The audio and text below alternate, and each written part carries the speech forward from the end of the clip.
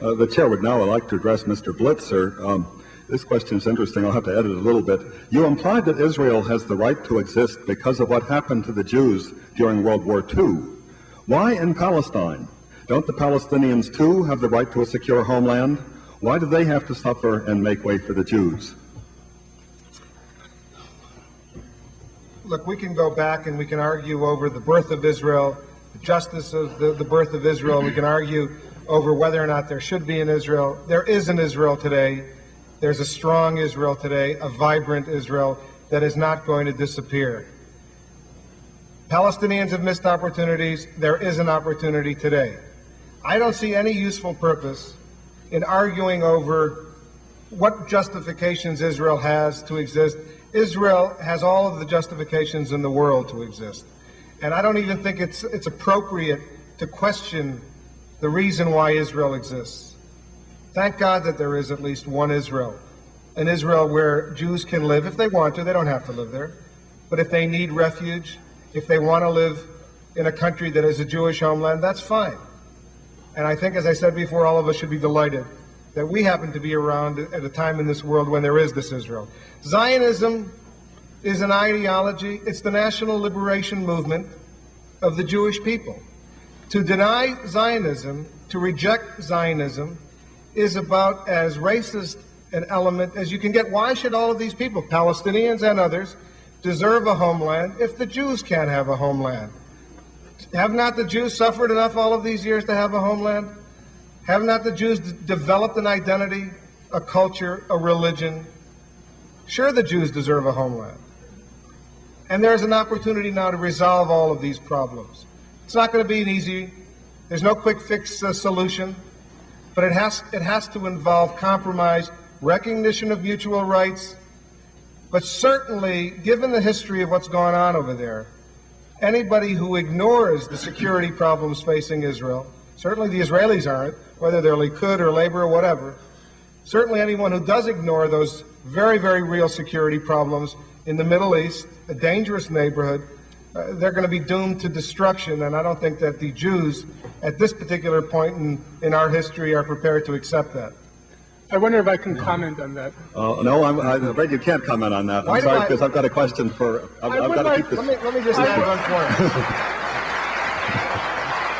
Because I'll give you a chance in a minute, Mr. Finkelstein, but I'm going to give you a question to work from, because I want to make sure as many people in the audience feel honored as we can possibly manage.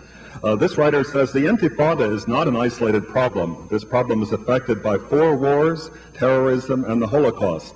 Why is it not relevant, in your opinion, for Israel to be secure? Well, that nicely brings me back to the former question. I'll answer.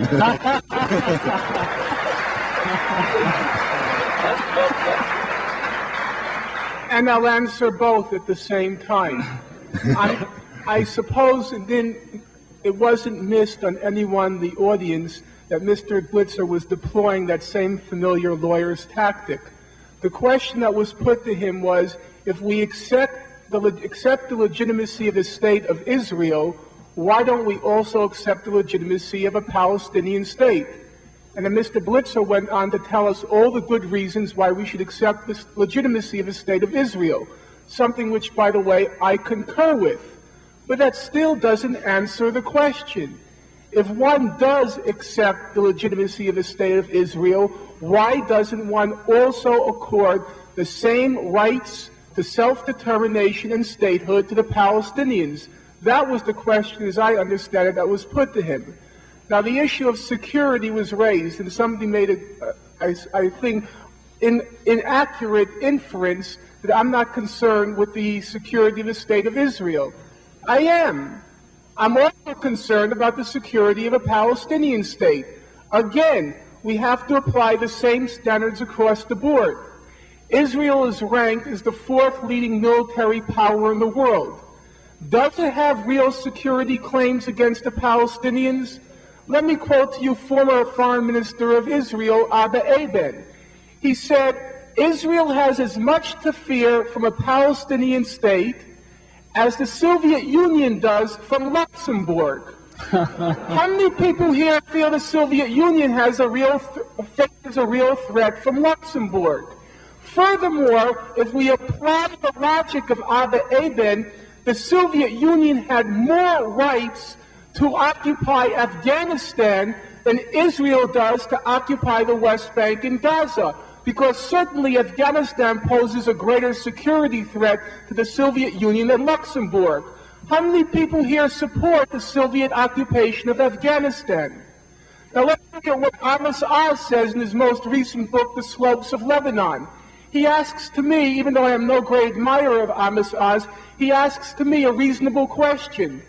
What does Israel, the fourth-ranking military power in the world, have to fear from a state that would be one-fifth the size of Albania and one-half the population of Kuwait? Is that a real threat to the state of Israel, or is that simply an excuse to continue the occupation? Israel faces as much of a military threat from the Palestinian state as the United States did from Grenada. Now, surely Ronald Reagan, or perhaps Ronald Reagan, believed that Grenada posed a major security threat to the United States, exactly as George Bush 2 weeks ago again affirmed that Nicaragua poses a major national security threat to the United States. Nicaragua, which has to its credit 2 escalators and 1 elevator, poses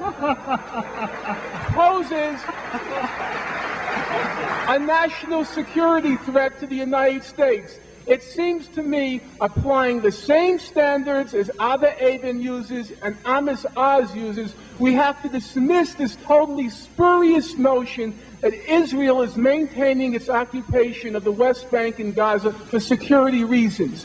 It has very good reasons to maintain the occupation, but I'm afraid to say they have precious little to do with security.